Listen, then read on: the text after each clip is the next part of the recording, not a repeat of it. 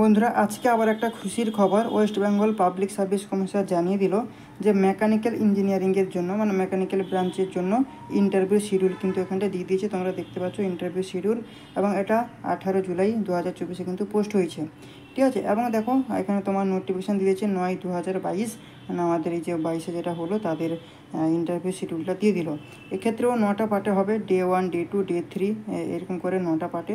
এবং এক্ষেত্রেও এদের যে ডিপার্টমেন্টগুলো রয়েছে দেখো, টোটাল এখানটায় তোমাদেরকে এখানটায় জানিয়ে দিয়েছে। টোটাল এখানে 7টা মতো ডিপার্টমেন্ট রয়েছে। এই যে দেখো 7টা ডিপার্টমেন্ট, ইরিগেশন, আরবান ডিপার্টমেন্ট এসব রয়েছে।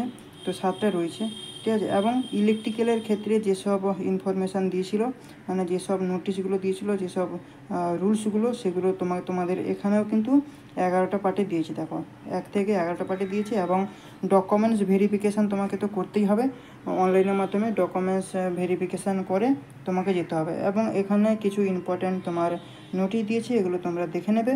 ভালো করে দেখে নিয়ে তোমরা প্রিপারেশান শুরু করে দাও ইন্টারভিউর জন্য। এবং খুব বেশি তোমাদেরকে হাতে সময় নেই, ঠিক আছে, ইন্টারভিউ প্রিপারেশান নেওয়ার জন্য। এখানটা দেখো বলে দিয়েছে আগস্টের 1 তারিখ থেকে কিন্তু তোমাদের ডে 1-এর ইন্টারভিউ কিন্তু শুরু, ঠিক আছে। তো যারা মেকানিক্যালের ভাইয়েরা রয়েছ, তোমাদেরকে বলবো ভালো করে তোমরা প্রিপারেশান নাও, পড়াশোনা করো এবং ইন্টারভিউ দিতে যাও, এবং যাতে তোমরা সিলেক্ট হও সেই কামনা করি। এবং আমাদের সিভিলের যারা রয়েছে, সিভিলের তো আজকে রেজাল্ট দেওয়ার কথা আছে, দেখা যাক আজকে রেজাল্ট দিচ্ছে কি না, ঠিক আছে। যদি নোটিশ দেয় তাহলে কিন্তু আমি খুব তাড়াতাড়ি তোমাদের সামনে আবার ভিডিওর মাধ্যমে জানিয়ে দেবো, ঠিক আছে।